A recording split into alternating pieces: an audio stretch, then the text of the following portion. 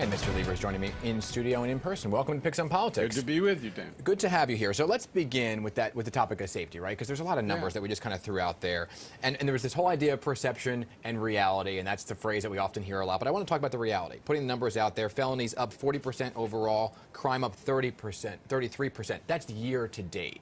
What do you make of those numbers? So I'm interested in the trend. You're absolutely right. We had a couple months where there were, number one, there were some very alarming incidents. We all remember that. And we also were in the middle of an election where there was a lot of money being spent with commercials that were, frankly, designed to alarm people about the subways.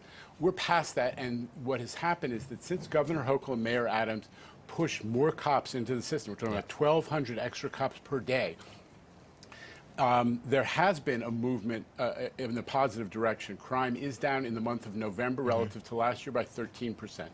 But more broadly, it is my priority to make sure that the numbers and the reality is that the transit system is safe and also that customers feel safe. So part of that is that we have been doing these announcements to let folks know there are cops on the platform. In many, many stations, that is having a positive impact on rider perception, and that matters. That certainly does matter. And we know the NYPD and the mayor, like you said, surged those officers into the subway. The question is, for how long? Is it temporary, or is this a permanent change that we're going to see? How long is that surge going to last? Well, Governor Hochul came up with $30 to $40 million just for the additional overtime. That is unprecedented for the state to be investing in NYPD law enforcement in the subway system. Historically, that's been a city-only responsibility. Governor came up with money. That made a difference. I know that we're entering the budget season, and that's going to be a topic of discussion. How do we fund this? My own view is we got to keep the cops in the system as long as we can. Okay. So recently, the mayor also pointed to this mental health as a driving force of subway crime, right? And just last week, they announced a program to hospitalize individuals with serious mental issues. You were part of that announcement, right? It's going to bring in a bunch of different resources. So are you a supporter of that plan, first and foremost? Yeah, I mean, listen, number one, as I said before, perception does matter. And one of the things our writers tell us is that the impact of the severely mentally ill in the public space is disproportionately making people feel unsafe. It is having an impact. We also want to make sure that those people who are suffering in a public space do get help. So I applaud the mayor for his initiative, and also but it was started by the governor who said we're going to add beds that are specific inpatient psychiatric beds for people in the subway system. That made a difference. So here's the question, though. What does that mean for MTA police and MTA personnel in terms of looking at somebody who is being described as severely mentally ill? How do you make the determination? What is the training like? Well, that's exactly the point, is that the state mental health law has some very specific requirements, and we just want to make sure that the clinicians who make those decisions and the cops who, in fact, are part of moving that person to safety in a mental health bed understand the rules of the road. The mayor's been very clear that there should be more emphasis on getting those people indoors so they can start to get better. And the retraining is going on clinicians, cops, EMS workers, the people who drive, the folks who receive them at the mental health facilities. Everybody needs to be retrained to make sure they're handling these folks appropriately. How long does that training last? Because there's a concern that some people may be taken against their will.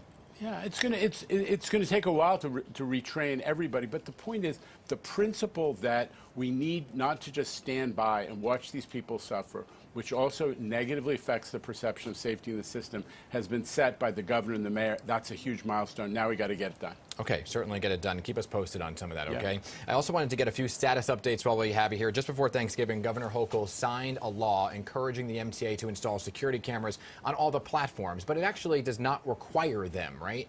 Which was originally proposed. So where are we with terms of cameras on the platforms? Will every station have them? Listen, the bottom line is if you commit a crime in the MTA system, you're going to be arrested, and it's happening. Remember, Dan, we only have, I don't want to understate it, but just to be clear, we have 3 to 7 crimes per day. We have 2 crimes per million riders. That's the general stat right now. Actually, that stat in the month of November was lower than any time since COVID. So we are making significant progress. But the other reality is everybody who commits a crime in the MTA system is being caught almost immediately because of those cameras. There are cameras on at all the fare entries. There are 5,000 cameras on the platform that we put in. Now there are going to be cameras on all the subway cars. Every subway car, every subway station. Yes. Okay. Is there a timeline for that? Well, the implementation, we already have every subway station. The cars are going to take a little while, but mostly because of procurement and installation, we've already put in several hundred. Let's pivot to ridership. We put out the call for questions to our viewers, and hundreds of people responded. Obviously, a lot of people are interested in this, right? So fare evasion actually came up a lot. One Pix 11 viewer is saying they have no problem paying their fare, but it's ridiculous when others jump the turnstile or get on the bus. So the question for you was, how are you going to make sure that everybody pays? Listen, I totally agree with your viewer who made that comment. It's a fundamental fairness issue that most people want to play by the rules and understand the importance of their fares in making the system possible. So nobody wants to feel like a sucker and to swipe their Metro card or to tap their Omni and to see someone go through the fare gate. Those fare gates have become the super highway of fare evasion. We need to redesign the whole fare array. It's nominally supposed to be a fire safety issue. We got to come up with a better way. I have a panel of people working on solutions for fare evasion. We're going to implement it. We started with gate guards, people who are uniformed but unarmed MTA people who are standing by the gates to make sure people don't just use those to open them and walk in. We're making progress. So fare evasion combined with the ridership not being where we are pre-pandemic, right, actually leads to where I'm going now, which is the budget talk. So let's talk about the recent report from the New York City Controller, who said right now there's a planned 4% fare hike scheduled for 2023 and again in 2025. But the report claims officials would need to raise fares by an additional 19%.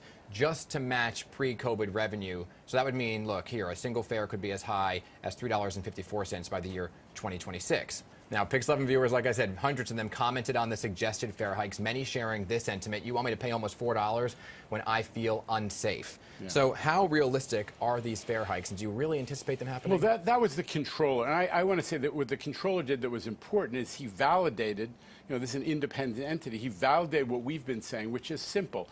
The fact that COVID has knocked down our ridership and our revenue by about a third. It's created a $2 billion hole in the MTA budget, and we need a solution. Fare hikes, moderate fare hikes. We want to keep fare hikes down. That is my view, because I don't want working class and middle class riders to be impacted. But as we need a comprehensive solution. Now, we've got leadership in Albany, leadership in Washington, and leadership in City Hall who are all super pro-transit. And have all made supporting MTA part of their careers. Chuck Schumer, Kathy Hochul, Eric Adams, the folks in the state legislature.